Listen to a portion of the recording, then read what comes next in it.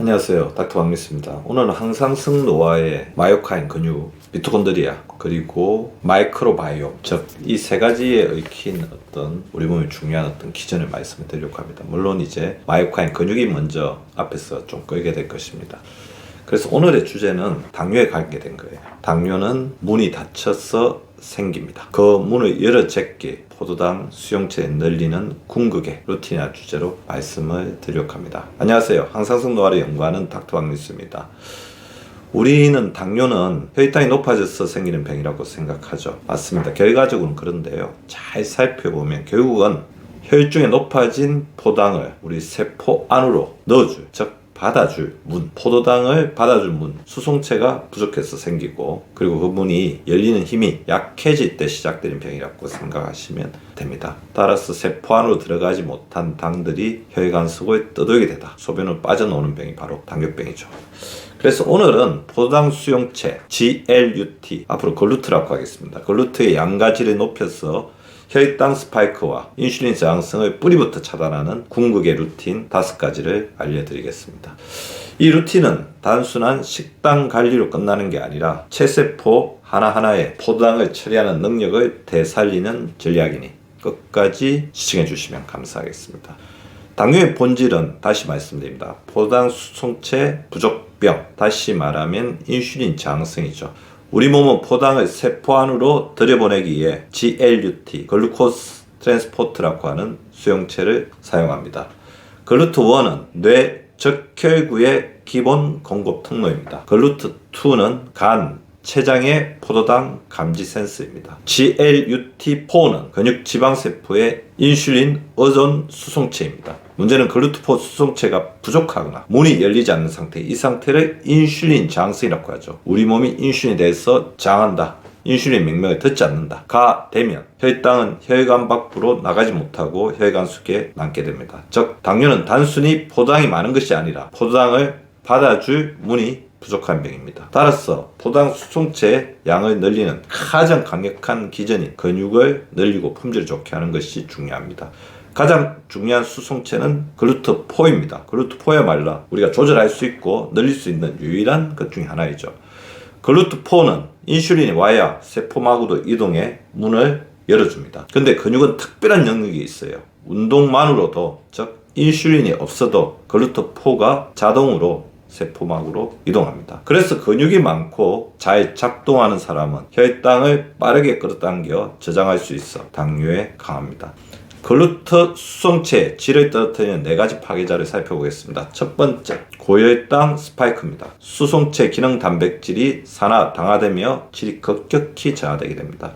두 번째, 지방간입니다. 간의 글루트2 감지 기능이 망가지며 인슐린 저항성이 악화됩니다. 세 번째, 만성 스트레스입니다. 코티졸이 증가하면 글루트4의 세포막 이동이 감소하게 됩니다. 그래서 혈당이 높아지는 거죠. 네 번째, 미토콘드리아 기능 저하입니다. 포도당을 받아도 태울 힘이 없어 수송체가 비활성화 되는 것입니다. 자, 그러면 이제부터 포도당 수송체의 양과 질을 동시에 높이는 궁극 루틴 5가지를 말씀드리겠습니다. 루틴 1, 식사 후 10분 포도당 워크, 글루코스 워크죠. 식사 직후 걷기는 인슐린 없이도 근육의 글루트4를 바로 세포막으로 끌어올리는 가장 빠른 방법입니다. 식후에 빠르게 하면 좋겠죠. 15분에서 20분 이내로 해주시면 좋을 것 같고요. 속도는 대화가 가능한 수준으로 해주시고 8분에서 12분만 해도 혈당이 20에서 40 가까이 바로 떨어집니다. 이것만으로 평생 혈당 스파이크의 절반 이상이 제거된다는 사실 잊지 마시기 바랍니다. 루틴 2, 근육의 글루트4 공장을 키우는 루틴입니다. 하체 근력 더하기 인터벌 운동입니다. 근육은 글루트4를 만들어내는 공장입니다. 특히 대퇴근, 둔근 같은 큰 근육일수록 공장의 규모가 커진다는 사실 충분히 추론할 수 있겠죠. 주 2에서 3회 스쿼트, 런지, 레그 프레스를 해주시고요. 운동 강도는 60에서 70%의 1RM으로 해주시기 바랍니다. 마지막 2세트는 약간 힘든 수준으로 해주셔도 됩니다. 여기에 30초 인터벌 걷기를 더하면 글루트4의 생성량이 2배에서 3배 이상 증가합니다. 루틴 3. 간의 글루트2 감지능을 되살리는 저녁 가벼운 식단입니다.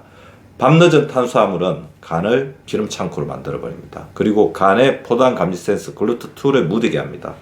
저녁 탄수화물은 절반으로 줄이십시오. 단백질은 30g 반드시 집중해 주십시오. 채소 2주먹 도움이 됩니다. 지방은 견과류, 올리브오일 중심으로 해주시면 좋습니다. 간이 쉬면 아침 혈당이 달라집니다. 이는 글루트 감지 회복의 직접적인 신호입니다. 루틴 4, 미토콘드리아 점화 루틴. 16대 8 간헐적 단식 더하기 아침 햇빛입니다. 16대 8 힘들면 조금 완화하셔서 14대 10 그리고 그것도 힘들면 12대 12만 확실하게 지켜주셔도 됩니다. 미토콘드리아는 포당 처리의 엔진입니다. 엔진이 활성화되면 글루트4의 기능이 향상됩니다. 아침 햇빛 1분 생체 리듬을 재설정합니다. 간헐적 단식, 지방적 산화 활성화, 그리고 포당 의존도 감소를 이뤄냅니다. 코엔자임 Q10, 마그네슘, 비타민 B군 보충이 효과적으로 이를 보충합니다. 엔진이 켜져야 수송체가 힘을 냅니다. 루틴 5. 장의 글루트 신호 조율. 식이섬유 더하기 프로바이오틱스. 장내 미생물은 GLP-1, PYY 같은 호르몬을 통해 글루트4의 반응성과 인슐린 감수성을 조절합니다. 하루 식이섬유 25에서 30g, 김치, 요거트, 된장, 청국장, 과일은 베리류 중심. 장 건강이 좋아지면 포당 수송체는 열리기 쉬운 문이 됩니다. 당뇨를 막는 가장 근본적인 방법은 혈당을 억누르는 것이 아니라 포당을 받아들이는 능력을 높이는 것입니다. 글루트의 양을 키우고 글루트의 질을 살리고 미토콘드리아의 엔진을 깨우는 것입니다. 이것이 바로 포당 수송체를 근본부터 최적화하는 궁극의 루틴입니다. 오늘 포당을 비우고 내일의 혈관과 췌장을 지키시기 바랍니다. 저는 항상성 노화를 연구하는 닥터 박민수였습니다. 감사합니다.